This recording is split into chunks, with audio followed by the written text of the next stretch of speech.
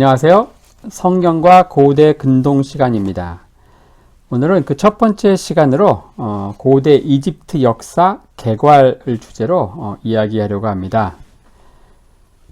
자, 그동안 역사 드라마로 읽는 성경을 주제로 계속 강의를 해왔는데, 자, 이것은 이제 성경과 함께 성경 세계를 둘러싸고 있는 세계사, 특히 고대 근동의 세계사를 함께 살펴보는 강의였죠.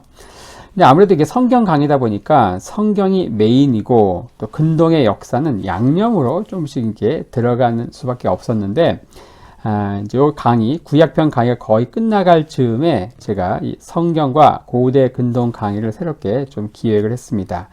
자, 이번에는 약간 좀 순서를 바꿔가지고 이제 메인과 양념을 바꿉니다. 이 메인이 뭔가 바로 고대 근동의 역사입니다.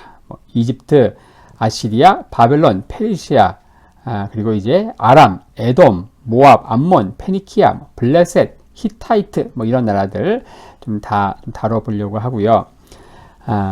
우리가 이 성경이 인류 구원의 역사를 다룬 영적인 책이지만 그 전에 이스라엘 민족의 역사 스토리라는 거죠.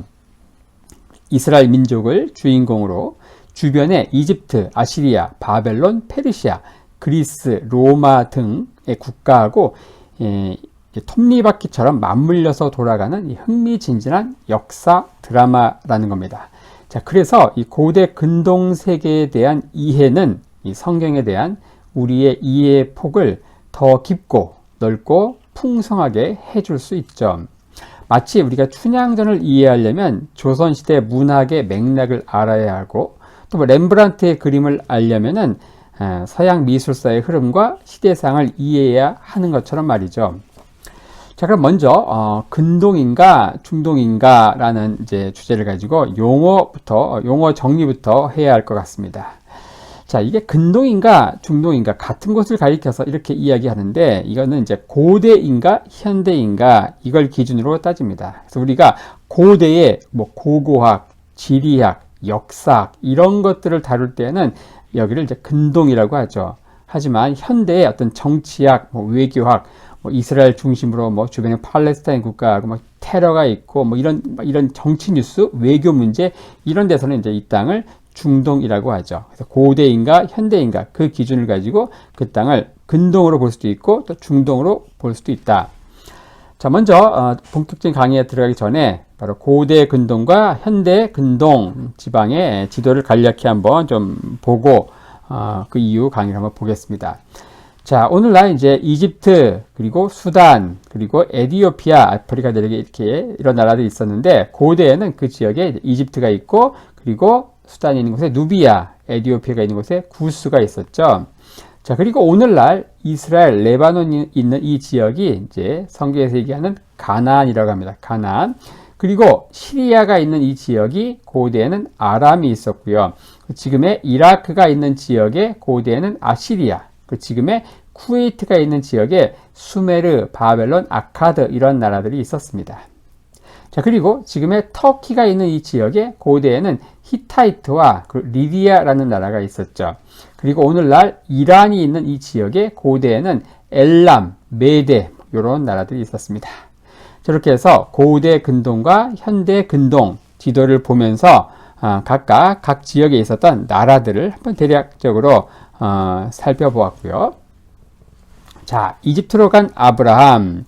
자, 이집트는 이제 고대 근동에 있는 그 국가들 가운데 성경에서 가장 먼저 등장하는 나라입니다. 창세기 12장에 보면은 아브라함이 이제 갈대아 우르에서 가나안 땅으로 가는데, 가나안 땅에 도착하자마자 기근을 만나죠. 그래서 곧바로 이집트로 들어가는 이야기가 나옵니다. 이것은 이집트와 히브리인의 첫 번째 접촉인데요. 그러면 이때 아브라함이 이집트에 들어갔을 때 당시 이집트의 바로는 누구인가? 이집트 전체 역사에서 어떤 인물인가? 이게 이제 오늘 영상에서 다루고자 하는 주제이고요. 여기서 더 나아가서 이제 알렉산더에 의해서 멸망할 때까지 고대 이집트의 역사를 한번 개괄적으로 쫙 한번 살펴보는 게 오늘 영상의 목표가 되겠습니다. 자, 아브라함이 이집트에 언제 들어갔는가? 그 연대를 이제 계산해야 되겠죠. 그러려면 자, 아브라함의 이집트 입성은 솔로몬이 통치한 지 4년, 그 제위 4년이라고 하는 이미 알려진 그 기준에서 거꾸로 역산해서 계산합니다. 솔로몬이 왕이 된 게 주전 970년이거든요. 그러니까 제위 4년이면 주전 966년이겠죠.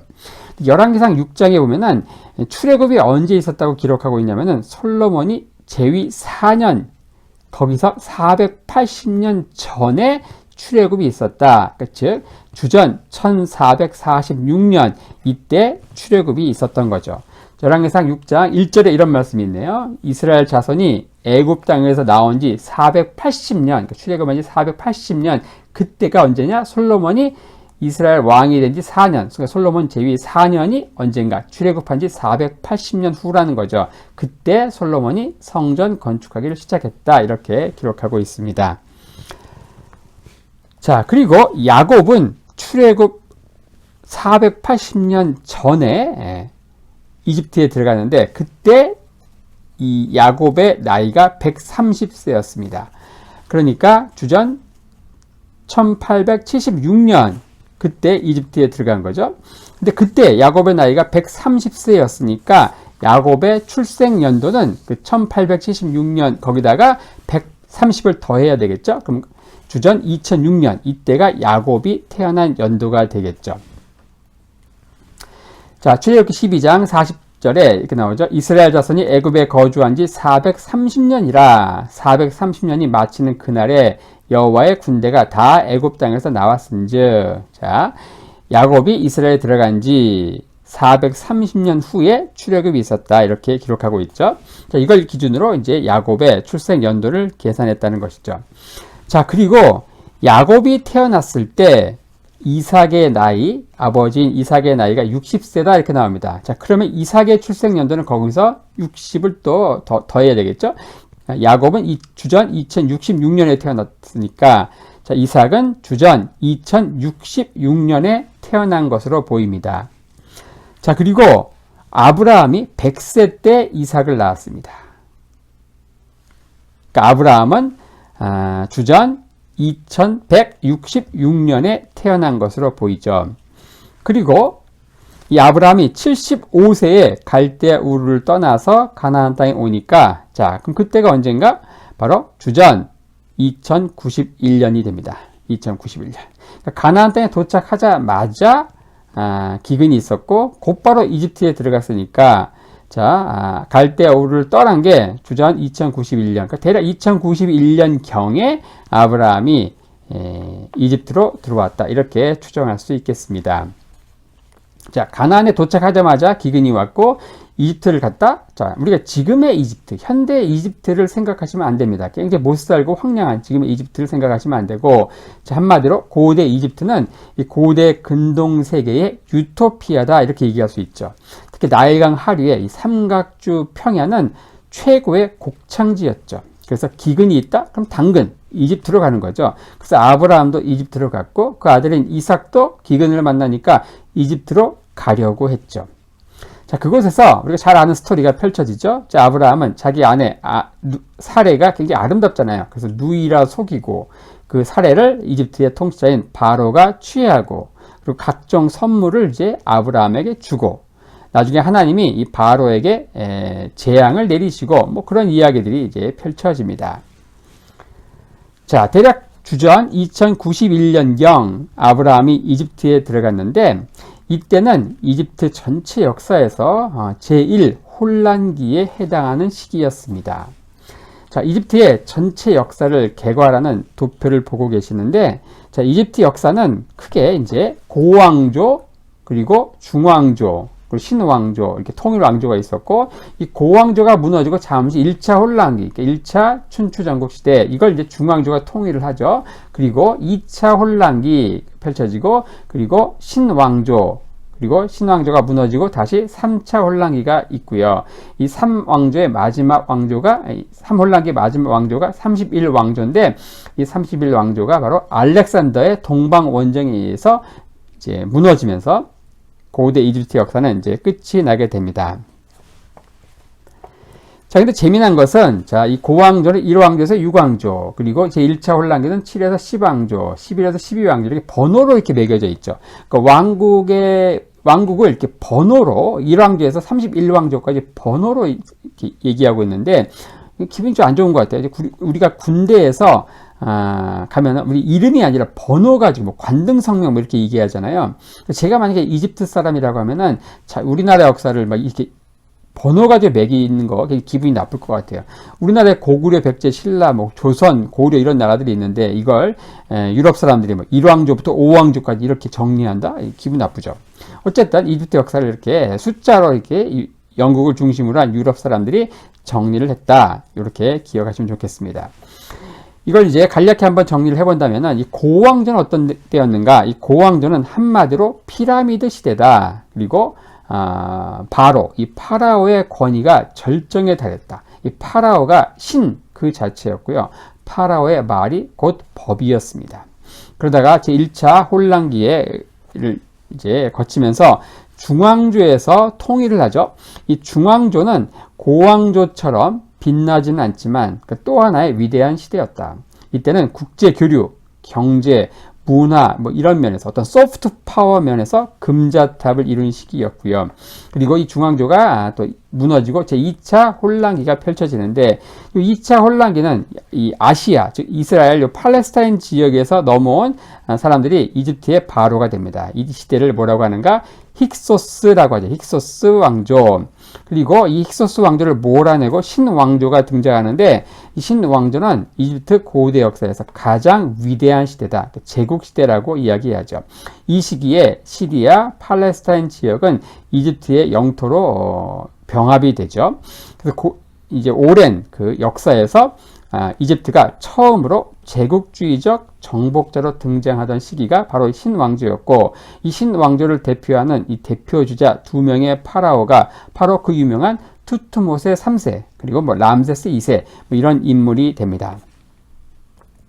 이 개괄적으로 살펴보고 이제 각각의 좀 중요한 스토리들은 나중에 또 추가 영상을 가지고 영상에서 또 다룰 거고요.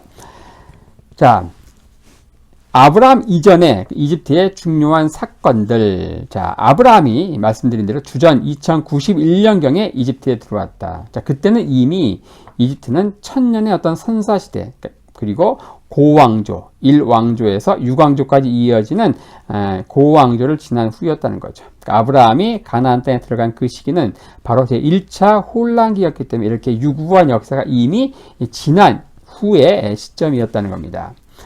자, 이집트 역사에서 고왕조는 1왕조에서 6왕조까지 이어지는데, 자, 1왕조의 창건자가 누군가? 바로 메네스라고 하는 인물입니다. 제 최초의 파라오가 되겠죠. 이 메네스는 상부 이집트의 왕이었는데, 상부와 하부 이집트를 통일해서, 자, 이때부터 통일 왕국 시대가 펼쳐지는데, 자, 상부 이집트와 이 지도를 볼 텐데, 이게 이집트죠, 이집트. 요 밑에는 이제 누비아, 오늘날 수단이 있고요. 여기에 구스, 지금의 에티오피아가 있습니다. 이집트는 이제 어떻게 구분하는가? 이집트는 나일강이 이렇게 흐릅니다. 나일강이 이렇게 흐릅니다. 그래서 여기를 상부 이집트라고 하고요. 요 밑으로 해가지고 여기를 하부 이집트라고 하죠. 하부 이집트. 이 메네스는 상부 이집트의 왕이었는데 이 하부 이집트를 통일하면서 이 상하부 이집트를 통일한 최초의 왕으로 1왕조의 창건자가 되는 겁니다. 그리고 3왕조 때 아주 유명한 게 있죠. 3왕조의 파라오인 조세르라고 하는 사람이 계단식 피라미드를 만들게 됩니다. 무덤이죠. 왕의 무덤인데 최초의 피라미드로 이제 알려져 있고요. 이 계단식 피라미드는 이제 이런 식으로 생겼는데, 자, 그리고 4왕조는 이 피라미드 건축의 전성기였다. 그래서 4왕조의 쿠푸라고 하는 파라오 때 그 절정에 이르는데, 이 쿠푸의 피라미드가 소위 말하는 대피라미드라고 하고 오늘날 세계 7대 불가사의 중 하나다, 이렇게 일컬어지는 겁니다. 그리고 5왕조 때에는 태양신 혁명이라고 하는 사건이 펼쳐지죠. 그러니까 그 이전에는 이집트의 최고 신이 누구였는가? 호루스라고 하는 호루스라고 하는 신이었는데, 자, 이 오왕조 때 이 헬리오폴리스라고 하는 지역의 지방신에 불과했던 태양신, 소위 말하는 레라고 하죠. 레. 이 태양신 레가 최고 신으로 승격되고 이집트가 멸망할 때까지 이제 최고 신의 자리를 차지한다. 그래서 이것을 오왕조 때 일어난 그 태양신 혁명이다. 이렇게 이야기하죠. 유광조 말기에 중앙 권력이 약화되고 지방 군주들이 독립을 하고 특히 이제 피라미드 건축에 재정을 과다 지출하면서 국고가 탕진되면서 고왕조는 결국 멸망하게 됩니다. 이 고왕조가 무너지고 제1차 혼란기가 있었는데, 자, 이 시기에 국경 통제가 이제 어려워지니까 팔레스타인, 그러니까 아시아인들의 자유로운 그 풍요로운 이제 나일강 하류 삼각주 지역을 왕래하는 이야기들이 이제 많이 펼쳐집니다. 이제 가나안 지역은 또 기근도 잘 오고 비도 오지 않고 땅도 척박하고 식량 부족 때문에, 그리고 이집트 문명이 갖고 있는 당시의 엄청난 매력 때문에 많은 이 아시아 사람들이 이집트의 하부 이집트의 삼각주로 들어왔다는 것이죠. 이 베니아산이라고 하는 지역에 쿠눔호텝 무덤에 굉장히 유명한 벽화 그림이 있는데, 자, 이 벽화는 중왕국 후기 연대이지만 이 아브라함의 이집트 방문 신뢰로 자주 인용되는 그림이기도 합니다. 자, 보여드릴 텐데, 자, 아시아인 족장 두목인 압샤라고 하는 사람이 37명의 동료, 부하들을 데리고 장사 교육을 하기 위해 화장품을 갖고 이집트로 들어오고 있는 이제 이 그림이죠. 아브라함은 이제 주전 2091년경에 이집트에 들어왔고요. 이때는 제1혼란기에서도 특별히 10왕조의 마지막 통치자들 중에 한 명일 것이다. 이렇게 이야기합니다. 그 당시 바로가 누군가? 와카레 캑티라고 하는데, 이 사람이 주전 2020년에서 2070년까지 통치를 하게 되는데, 아브라함이 들어온 시기하고 거의 겹치게 됩니다.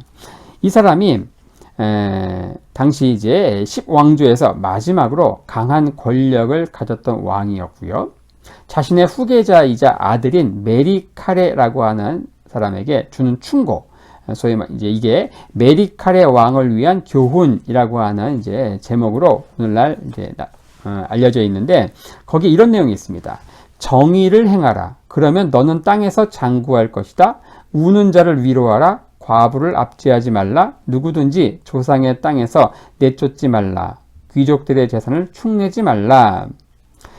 뭐 여기서 나오는 귀족은 당연히 이집트 귀족에 대한 언급이겠지만, 어떤 왕이 아브라함과 같은 어떤 외국인의 소유를, 아내와 같은 소유를 비겁하게 빼앗는 것, 이런 것도 왕이 절대 해서는 안 되는 그릇된 행동으로 이제 이야기하고 있는 것이죠.